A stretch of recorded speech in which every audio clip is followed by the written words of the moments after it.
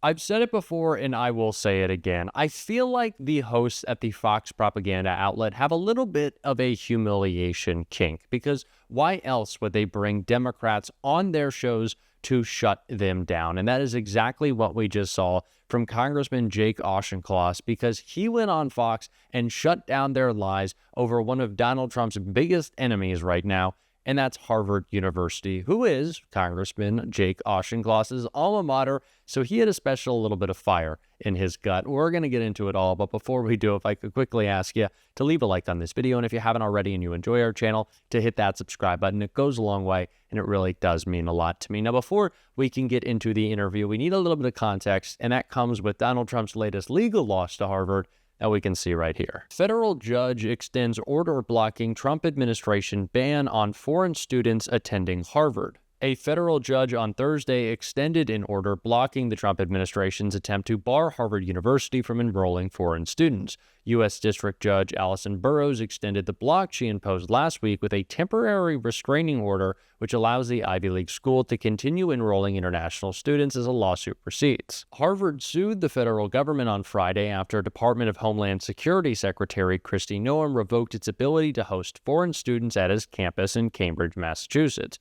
Harvard will continue to take steps to protect the rights of our international students and scholars, members of our community who are vital to the university's academic mission and community, and whose presence here have benefited our country immeasurably, a university spokesperson said. On Wednesday, the Trump administration announced a new effort to revoke Harvard's certification to enroll foreign students. In a letter sent by the acting Immigration and Customs Enforcement Director, the government gave Harvard 30 days to respond to the alleged grounds for withdrawal, which included accusations that Harvard coordinated with federal entities and failed to respond sufficiently to anti-Semitism on campus. The developments unfolded in the courtroom not far from the Harvard campus, where speakers at Thursday's commencement ceremony stressed the importance of maintaining diverse and international student body. If we're going to talk about coordinating with foreign governments, shouldn't we first talk about Donald Trump's crypto scandal in which he took money from foreign governments? That's neither here nor there. What we really want to see is a Fox host get shut down. And that's exactly what happened in this interview. Okay, so let's start here. Harvard is scoring legal wins, that's for sure. But they've got this PR issue as well, where you've got everyday average Americans who are taxpayers who say, why are we giving billions of dollars to this university that has an enormous endowment? They've got these anti-Israel protests on campus. They don't see a representation of any kind of conservative viewpoint. Dr. Mehmet Oz, also a Harvard alum, he has said, listen, I think this school is still going to be training the best and the brightest, but they've lost their way. What do you think about that comment from him? I've said the same myself over the last several years, that universities need to be truth-seeking institutions that bring together diverse ideological viewpoints to arrive at the facts and inform policymaking. Right now, Harvard does do a good job of that with science, and Americans benefit from high-quality science. I'll give you an example. The Secretary of Health and Human Services, RFK, just issued a report on making America healthy again. Well, that report was riddled with made-up scientific citations. It was written probably by Gen AI, and it's completely useless because it wasn't based on science. Well, Harvard is actually doing world-leading science right now on the molecular basis of autism. Wouldn't that be useful to inform what RFK is trying to do to address the surge in autism across the United States? But the two are divorced, because instead of promoting Harvard science, the university is canceling contracts for autism researchers. How does that make Jewish students safer? Well, to that point, Ben Sasse, former senator who has been president of 2 universities, he talks about that funding issue and says, you've got this huge endowment, so why not pull from that to fund some of that research? But he also says this, Harvard isn't owed in perpetuity the discretionary billions of federal funding it's received in the past. There's a massive gulf between finding new cancer treatments and funding campus wackiness, between developing digital technologies to enable synthetic biology and subsidizing activist professors' Hamas advocacy. He cites Gallup polling that shows Americans' confidence in higher ed has really been dropping off. He says the only way forward is for schools like Harvard to, quote, acknowledge they've screwed up. Shannon, I agree with the senator. You didn't mention in that op-ed, he also said that this administration is not doing a good job of making the distinction between cracking down on anti-Israel unhinged protests and canceling science grants that return $5 to $8 for every taxpayer dollar put down and help create evidence-based policy. Right now, We have a system in place for time, place, and manner restrictions on protests that disrupt a suitable learning environment or are targeted harassment against students. The administration should be pursuing that under the Office of Civil Rights, not taking it out against cancer researchers. Okay, to this point on free speech on the campus, and you talk about efforts there, the Foundation for Individual Rights and Expression has named Harvard the worst school in the country for free speech for 2 years running.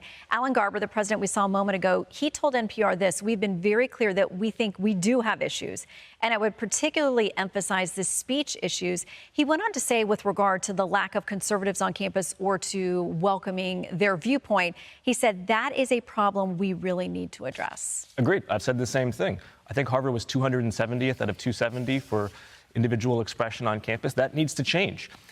That is not going to change by Harvard, though, ceding to authoritarian bullying from the right, nor will it change by Harvard giving in to progressive orthodoxies of the left. Harvard needs to be independent.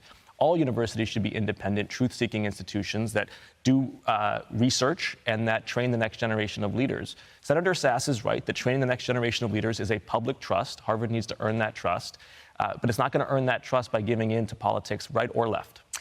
Is there something to be found, though, in the model of what's happening with Columbia? They've acknowledged that there are major problems on campus with anti-Semitism and that they haven't handled those protests well in the past.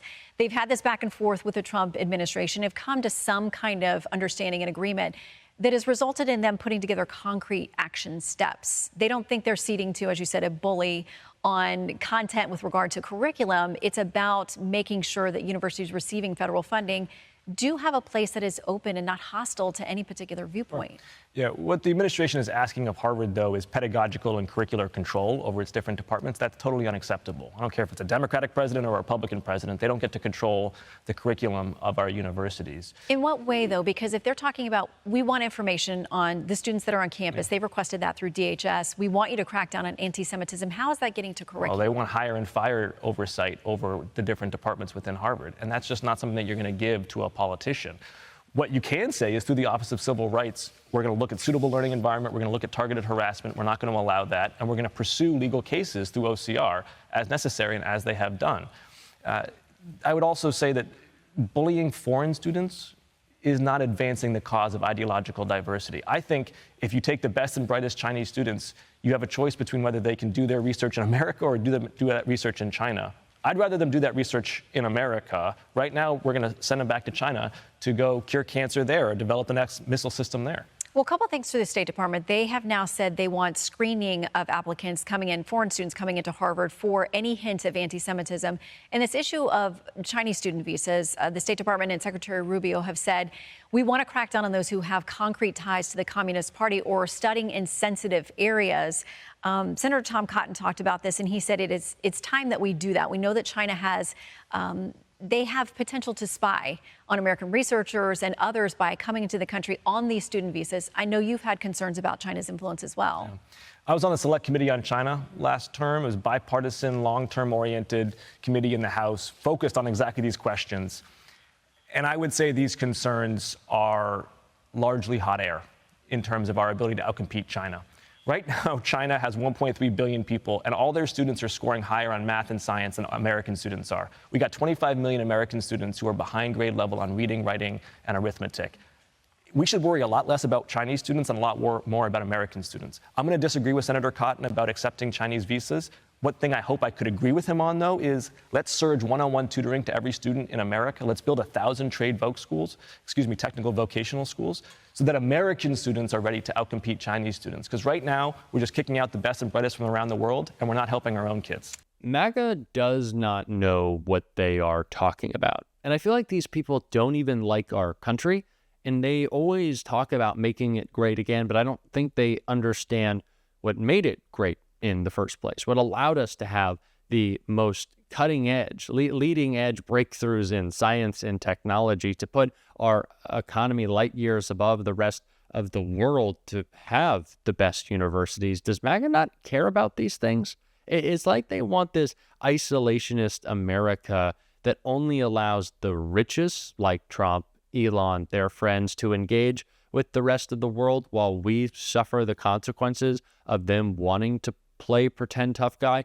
It doesn't really make much sense at all, which I think is just the common thread of the Trump administration, especially when you look at someone that Jake Auchincloss has been speaking out against a lot, and that's RFK Jr., who deserves all of the grillings that he gets. But the one that he got most recently, I think, is the one we should take a look at. Reviewing NIH funding opportunity announcements? Is it DOGE reviewing NIH grant award? We've got administrators. We're cutting waste. We're cutting duplicative programs. You're funding $3 billion less in biomedical research than you did a year prior. We're spending less on administration of those programs. 3,200 fewer grants. We're spending, well, many of the grants were terminated because they were grants that were not advancing. These aren't grants terminated. These are grants not awarded because the panels weren't convened. We spend 70% of the world's biomedical research out of NIH, 70%. And we're the sickest country in the world. $18 billion or 40% from the NIH budget slow the development of new treatments and cures? And we are the sickest country in the world. So that money has not been well spent. We've had a 38% increase in our agency, growth in our agency over the past 4 years. I'll ask you, is funding for Alzheimer's disease research centers DEI? Because you're holding up $65 million for 14 of those centers in 9 states, including the University of Wisconsin-Madison. Is funding for cancer centers DEI? Because you're holding up $47 million in cancer center support grants at 9 cancer centers in 8 states. Is funding for rare disease research DEI? Because you're holding up $55 million for 11 rare disease clinical research network grants in 8 states. These are just a few examples, and the list goes on and on, Secretary Kennedy. I've run out of time. I yield back. Thank you. This is a fun game we're playing. Mr. Secretary, let's talk about clinical questions and to ask questions and don't give me a chance to answer them. Don't give me time to answer them.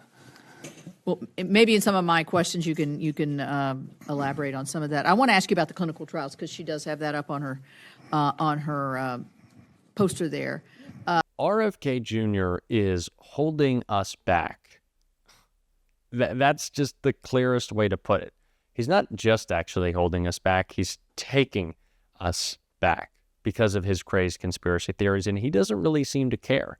If he was an advocate for scientific research, for advancements in keeping people and making people healthier, he would want us to continue with research, not relitigate settled science just for him to continue to attack it. Again, these people have no grounding principles in any of their slogans. It's all BS. Let's not treat them like they're real. We'll be calling them out on the show, and if you want to support that, as always, you can hit that subscribe button, leave a like on this video, and if you stuck around to the end, you can drop a blue heart in the comments. And until next time, I'll see you soon.